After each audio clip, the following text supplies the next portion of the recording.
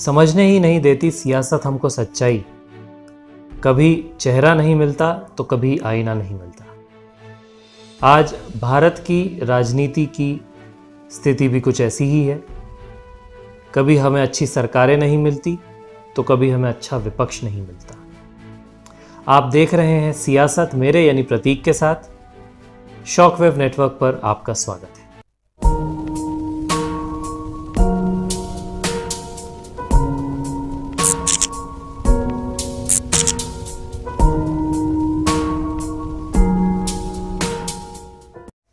दोस्तों, आज 14 फरवरी है। सारी दुनिया इसे मोहब्बत का त्यौहार मानती है, लेकिन हम मानते हैं कि इश्क और मुश्क ये दोनों ना तो तारीख देखती हैं ना वक्त। वैसे क्या आप जानते हैं कि इस विदेशी त्यौहार के अलावा 14 फरवरी में और क्या खास है?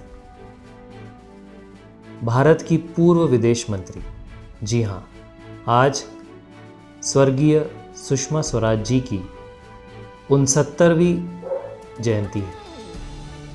और इस बात से कोई इनकार नहीं कर सकता कि सुषमा जी जैसी अद्भुत, अविस्मरणीय, अभूतपूर्व और ममतामयी विदेश मंत्री भारत ने आज तक कभी नहीं देखी। वे अक्सर कहा करती थी कि ना वे खुद सोएंगी ना अपने राजनयिकों को सोने देंगी। सुषमा जी जब दिल्ली की मुख्यमंत्री थीं तब भी उनके तेवर कुछ ऐसे ही थे। वे रात को निकल जाया करती थीं, दिल्ली की सड़कों पर दिल्ली के पुलिस थानों को निरीक्षण करती और जिस थाने में उन्हें जवान मुस्तैद न मिलते वहाँ के आला अफसरों को वे तुरंत तलब करती। वे कहती कि दिल्ली की आम जनता चैन से निश्चिंत होकर सोए, इसलिए वो जाग रही हैं। सुषमा जी जहाँ प्रेम और ममता की प्रतीक थीं, वहीं वे दृढ़ निश्चय और कभी हार न मानने वाली मनोदृष्टि की स्वामिनी भी थीं। तभी तो कौन जानता था कि 3 दफ़ा हरियाणा के करनाल से लोकसभा का चुनाव हारने वाली वो युवा नेत्री भारतीय सियासत की सुषमा बन जाएंगी और उसे 4 चांद लगाएंगी। वो भारत की संसद में आत्मा को झकझोरने वाले सुषमा जी के भाषण हो या फिर संयुक्त राष्ट्र में पाकिस्तान को आईना दिखाने वाले उनके अभिभाषण, शायद सुषमा जी की जगह कोई और नहीं ले पाएगा। सुषमा जी का कद न सिर्फ भारत में बल्कि पूरे विश्व में इतना ऊंचा था कि उन्होंने महिला सशक्तिकरण की एक नायाब तस्वीर भारत की तरफ से दुनिया में पेश की। उन्होंने ये साबित कर दिया था कि अगर भारतीय नारी चाहे और उन्हें अगर एक सही मार्गदर्शक मिले तो वे न सिर्फ भारत का गौरव बढ़ा सकती हैं बल्कि दुनिया पर राज भी कर सकती हैं। इस बात में कोई शक नहीं कि भारत के मौजूदा विदेश मंत्री श्री एस जयशंकर बहुत ही बेहतरीन काम कर रहे हैं। लेकिन हाँ, जहाँ तक भारत की विदेश नीति को भारत के लोगों को और भारत के बाहर बैठे लोगों को समझाने की बात हो, जहाँ पर भारत की जनता के साथ एक इमोशनल कनेक्ट की बात हो, उसमें स्वर्गीय सुषमा जी का कोई सानी नहीं। आज भारत की राजनीतिक स्थिति काफ़ी कठिन दौर से गुजर रही है। हम भारतीयों को ये समझना होगा कि आज के समय जब हर देश अपनी इकोनॉमी को, अपनी ताकत को सर्वोच्च स्थान पर काबिज करने के लिए होड़ में लगा हुआ है, ऐसे समय हम अपने जनतंत्र को, अपने प्रजातंत्र को और अपनी देश की राजनीति को अस्थिर होते हुए नहीं देख सकते। हमें विश्व में भारत की इमेज बहुत स्ट्रॉन्ग करने की ज़रूरत है। ऐसे समय में आंदोलन जहां होते हैं वे एक स्वस्थ रूप से हों तो ज़्यादा बेहतर है। हम सभी ने देखा कि पिछले कई दिनों से भारत में किसान आंदोलन चल रहे हैं। आंदोलन होना कोई बुरी बात नहीं है, यह एक स्वस्थ प्रजातंत्र की निशानी है। लेकिन जो हमने 26 जनवरी को देखा वो एक सकारात्मक पहलू नहीं था। इस बात से हम सभी सहमत हो सकते हैं। हमें आगे से इन आंदोलनों को एक बहुत ही सकारात्मक रूप से चलाने की ज़रूरत है। भारत में कई जातियां हैं, कई धर्म हैं, कई व्यवसाय हैं, कई समुदाय हैं। ऐसे में अगर हर समुदाय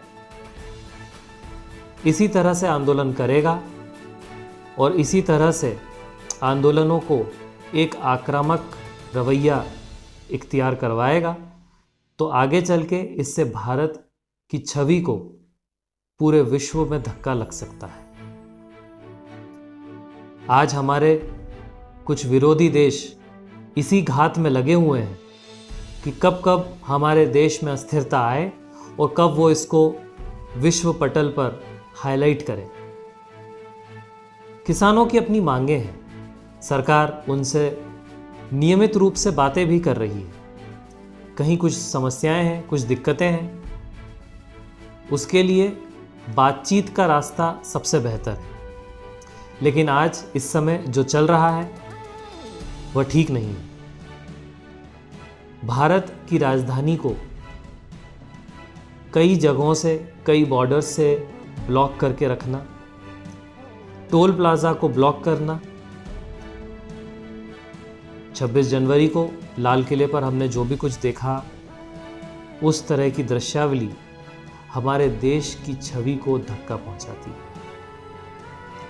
आप लोगों को याद होगा जब अमेरिका के कैपिटोल बिल्डिंग में कुछ आक्रामक समुदाय ने, कुछ राजनीतिक संगठनों के लोगों ने वहाँ पर हुड़दंग मचाया, तो उसकी निंदा भर्त्सना पूरे विश्व में हुई। और उस समय हम भारतीयों का सर फक्र से ऊंचा हो गया था, यह कहकर कि आज हमारी डेमोक्रेसी, हमारा प्रजातंत्र दुनिया में काफ़ी मैच्योर है। लेकिन उसके कुछ दिनों बाद ही एक ऐसी घटना हुई जिससे हर देशभक्त, हर राष्ट्र प्रेमी का सर शर्म से झुक गया।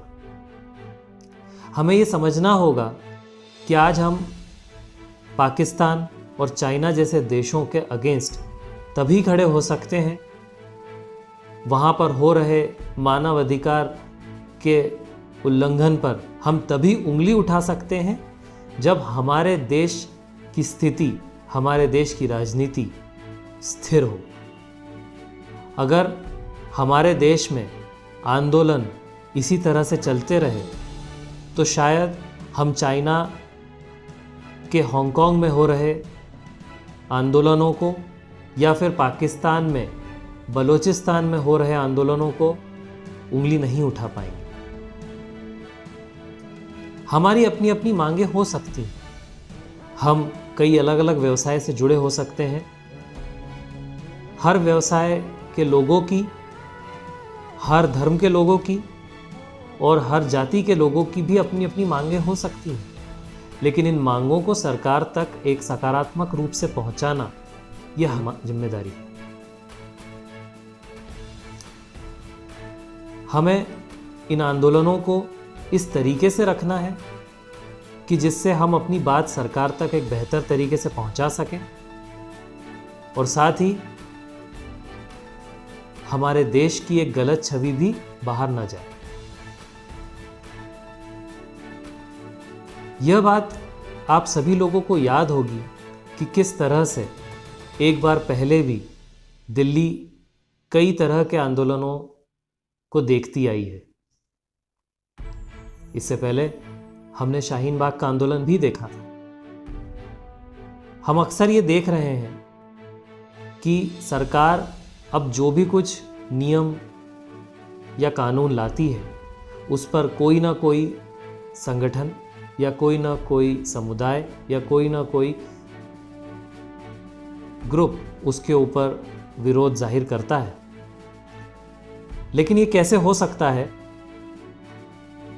कि उन सभी आंदोलनों में कुछ चेहरे समान हैं? प्रधानमंत्री मोदी ने अपने पिछले संसद में दिए गए एक भाषण में इन्हीं लोगों को टारगेट किया है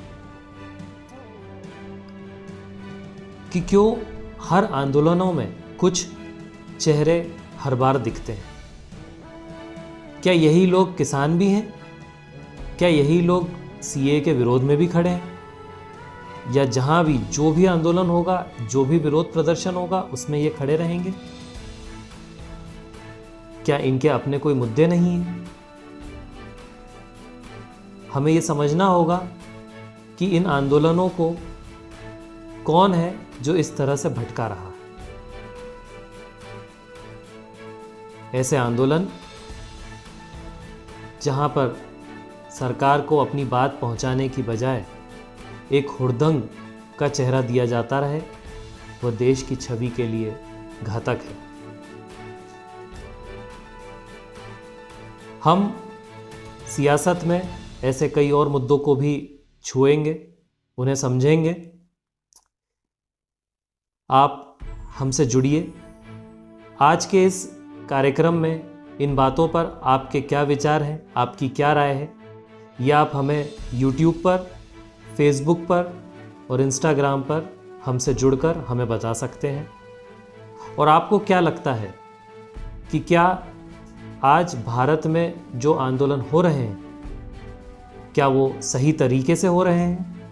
क्या उनकी भूमिकाएं स्पष्ट हैं या इनके पीछे कोई और राज है? आप हमसे जुड़िए, हमें बताइए।